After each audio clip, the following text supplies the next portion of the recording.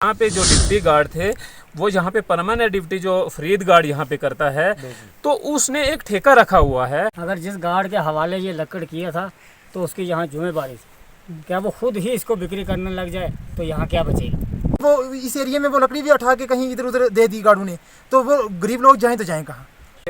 यहाँ पे जिन लोगों को फॉरेस्ट वालों ने, इंतजामिया वालों ने यहाँ पे लगाया था, तैनात किया था कि आप यहाँ पे रखवाली करो, और वही लोग सर जंगल माफिया हो गए हैं। और हम क्या कह सकते हैं सर डीएफओ साहब से और चीफ कंस्टेबल से कि कम से कम गार्डों को हदायत दें कि माह रमज़ान का महीना आ रहा है, लड़कियों के दुपट्टे न छीने, उनकी पाठियाँ न छीने, पत्ते। अगर मान लिया गवर्नमेंट ने वो लकड़ बेचनी ही थी तो वहाँ का ठेकेदार उस बीट गार्ड को नहीं बनाना चाहिए था। इस लकड़ से यहाँ के बीट गार्डों ने कम से कम भी 20-20, 30-30 लाख कमाया है।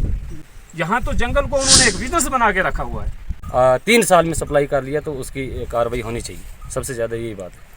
अस्सलाम वालेकुम नाजरीन, आप देख रहे हैं जेके रियल न्यूज़ और मैं आपके साथ तालिब। नाजरीन इकराम, मैं आपको बताता चलूं कि आज जो हमारी टीम है लगातार तीसरे दिन एक स्पॉट पर पहुंची है, और मैं आपकी जानकारी के लिए बता दूं कि इस वक्त हम पंचायत हल्का तूली अपर बी में हैं और हमारे साथ कुछ शख्स हैं, इन्हीं से यहाँ की पूरी जानकारी लेते हैं और उसके बाद जो है महकमा जंगलात की तरफ से यहाँ पर क्या कुछ देखने को मिलता है, कितने जो है दरख्तों की हिफाजत करते हैं, वो हम आपको ज़रूर दिखाएंगे। पहले करते हैं ख़ास बातचीत। हमारे साथ एक शख्स हैं, इनसे जानते हैं। जी, अपना नाम बताइए। जी, मैं Khadam Hussain from Upartoli B, block Chasana, subdivision Mahaur. Ji sir, मैं अभी मौजूद हूँ यहाँ पे।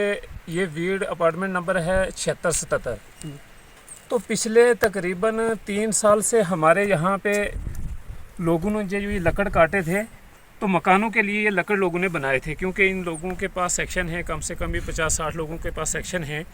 और ये जो लकड़ है ये उस पेड़ से निकलती है जो हर साल आंधी तूफान की वजह से ऊपर गिर जाते हैं। आज भी आप जाके अपने मीडिया के माध्यम से देख सकते हैं, तो वहाँ पे मौजूद मिलेंगे आपको ऐसे पेड़ गिरे हुए जिनसे लोग अपना गुजारा करते थे। यहाँ का एक बैकवर्ड एरिया है, डिस्ट्रिक्ट रियासी का लास्ट कोना है। यहाँ पे इन गरीब लोगों को कुल मिला के ये जो लकड़ है ये काम आता है मकान बनाने के लिए। इनके पास और कोई भी बंदोबस्त, क्योंकि ना यहाँ पे रोड है, ना यहाँ पे गवर्नमेंट की तरफ से कोई भी ऐसी फैसिलिटी है जिसकी वजह से ये लोग इस पेड़ के बिना कोई और कुछ कर सके।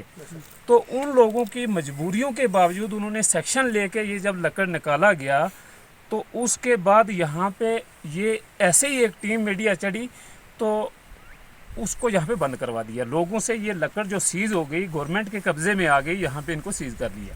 सीज होने तो की वजह क्या थी? सीज होने का कारण ये था कि कुछ लोगों ने शिकायत की कि यहाँ पे जो जंगल माफिया हैं जिन्होंने ये लकड़ काट दिए।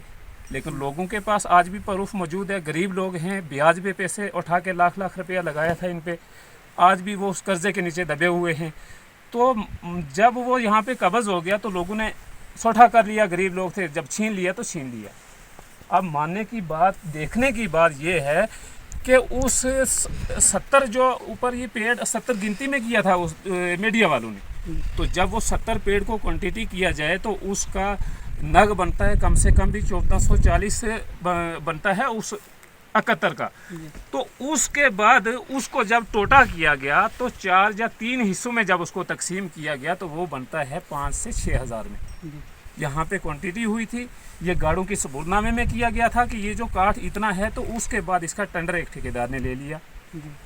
तो इधर से 100 नाग उठाए, गली साहब में लेके छोड़े, उनका भी एक पीस वहाँ पे मौजूद नहीं है।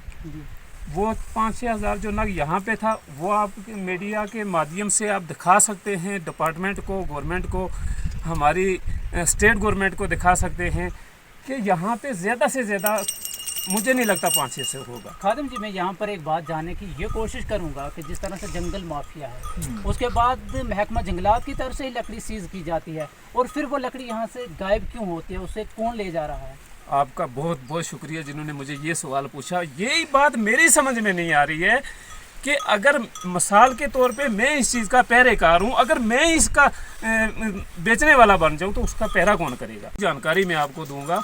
यहाँ पे हमें तो इस चीज़ की पूरी जानकारी नहीं है, क्योंकि डिपार्टमेंट की तरफ से हमें बताया गया है कि वहाँ पे 14 गार्ड की ड्यूटी है इस काठ को देख रेख के लिए। यहाँ पे वो ऑन ड्यूटी 14 गार्ड हैं, उनमें से यहाँ पे परमानेंट ड्यूटी जो करता है वो एक गार्ड है जिसका नाम फरीद है। वो यहाँ पे ड्यूटी करता। मुझे उस चीज़ की समझ नहीं आ रही है। हम प्रूफ के तौर पे वो लकड़ बता सकते हैं जहाँ जहाँ पे गई है। अगर मान लिया गवर्नमेंट ने वो लकड़ बेचनी ही थी तो वहाँ का ठेकेदार उस बीड गार्ड को नहीं बनाना चाहिए था, उसी ठेकेदार से उसी गरीब आवाम को देनी चाहिए थी जिन्होंने वो खर्चा करके बेचारों ने वो निकाली थी लकड़। उनसे कीमत ले लेनी चाहिए थी, जो उनका हदिया बनता था वो ले लेना चाहिए था। लेकिन वो आउट ऑफ डिस्ट्रिक्ट में बेच के उन गरीबों का नुकसान, कम से कम ही PMAY के लोगों के मकान आते हैं। 80% लोग इस एरिए के ऐसे हैं जो इन लकड़ की वजह से मकान नहीं बना पाए। उनके पास कोई ऐसी फैसिलिटी नहीं है कि वो दूसरी तरीके से अपना मकान जो है बना सकें। यहाँ की गरीब लोग हैं।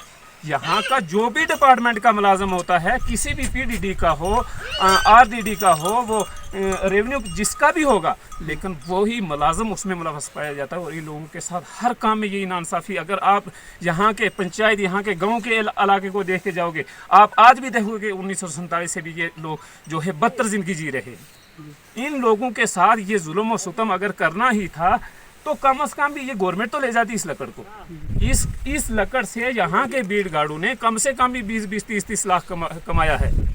यहाँ तो जंगल को उन्होंने एक बिजनेस बना के रखा हुआ है। मेरी हाथ जोड़ के डिपार्टमेंट से, एडमिनिस्ट्रेशन से, उमर साहब से, LG साहब से मेरी ये गुजारिश है, जो यहाँ के डिस्ट्रिक्ट रियासी के इस दूर दराज इलाका की गरीब आवाम के ऊपर अत्याचार हो रहा है, मैं हाथ जोड़ के उनसे विनती करता हूँ कि हमें उन जुल्म सितम से बचाया जाए। बस ये गार्ड अगर गरीब बेचना है, लोग आज भी लेने के लिए तैयार हैं।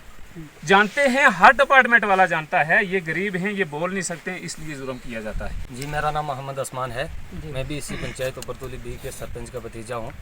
हमने हमारी ढोके हैं यहाँ पे, तो यहाँ पे जैसे खादिम जी ने कोई फ़र्क तो छोड़ा नहीं है बोलने का, लेकिन मैं भी अपनी तरफ से यही कहना चाहता हूँ कि यहाँ पे अगर 5000 नग पड़े हुए थे, 5000 में से आपने देखे, मौका पे आपने ये भी देखा है कि जिन लकड़ियों को नया काटा गया है वो भी आपने देखा है, फ़ोटो भी बनाए।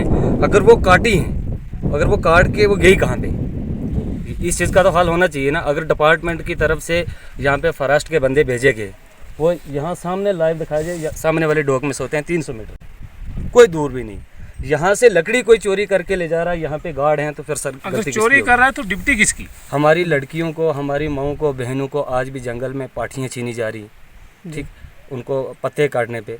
तो मेरी ये एक गुजारिश रहेगी, माह रमज़ान का महीना आ रहा है, ऐसा जुल्म ना किया जाए हमारी माओं बहनों पे। हमारे पास कुछ वीडियो क्लिप भी मौजूद है कि गार्ड और तो कुछ कर नहीं पाती हैं वो लड़कियाँ, कम से कम अपने माल मवेशी के लिए पत्ते काटती हैं, पत्ते काटने पे भी उनको तंग किया जा रहा है। तो अपनी तरफ से अगर 5000 में से 500 नग पड़ा है, मान लो 4500 नग अगर वो 3 साल में सप्लाई कर लिया तो उसकी कार्रवाई होनी चाहिए। सबसे ज़्यादा यही बात है जी।